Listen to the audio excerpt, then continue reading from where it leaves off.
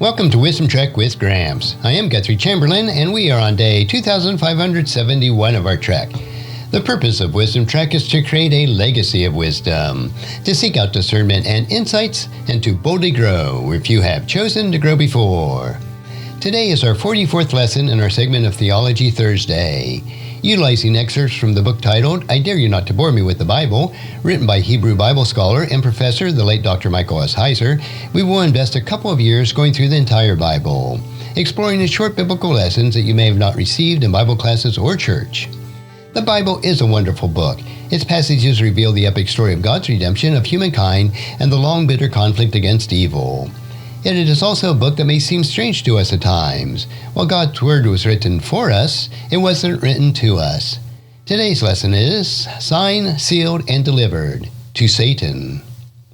Now, throughout the New Testament, family language is used to describe our relationship of believers to God and Jesus.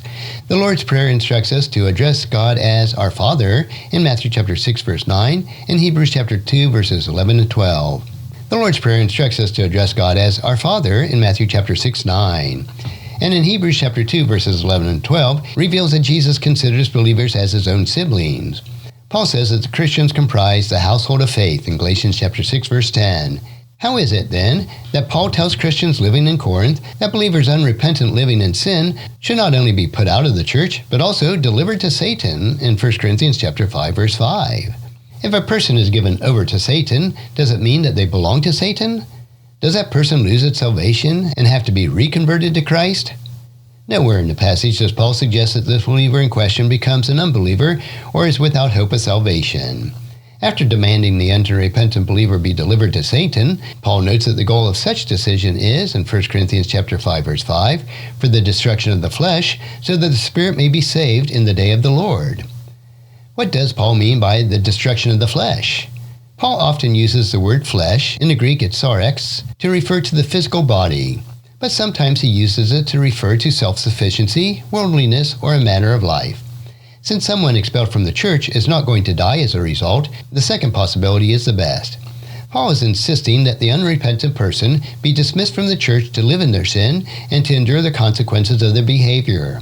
Paul's explanation in verse 6 helps to answer what it means by destruction of the flesh, but it does not explain the phrase delivered to Satan and what it means. For that, we need to look to the Old Testament. The Israelites viewed their land as holy ground and the territory of the non-Israelites nation as controlled by demonic gods. Israel was holy ground because it was where the presence of God resided. The opposite was true everywhere else. This perspective shifted after the formation of the church. God's presence was no longer in the Jerusalem temple, but in the temple which is the body of the believers in 1 Corinthians chapter 3, verses 16 and 17. Where the church was, the Lord was present. Therefore, the church was considered holy ground. Anywhere outside the church was a demonic realm. Hence Paul's thinking. To be expelled from the church, the local manifestation of the place God lives, was to be thrust into the realm of Satan. Now, the lessons that make up Theology Thursday on our Wisdom-Trek podcast for the next couple of years will satisfy the statement, I dare you not to bore me with the Bible. I trust you'll enjoy them and, of course, not be bored. And if you found this podcast insightful, please subscribe and leave us a review. Then encourage your friends and family to join us and come along with us tomorrow for another day of Wisdom-Trek, creating a legacy.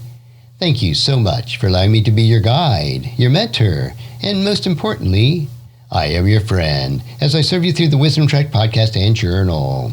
As we take this trek of life together, let us always live abundantly, love unconditionally, listen intentionally, learn continuously, lend to others generously, lead with integrity, and leave a living legacy each day. I am Guthrie Chamberlain, reminding you to keep moving forward, enjoy your journey, and create a great day every day. See you next time for more daily wisdom.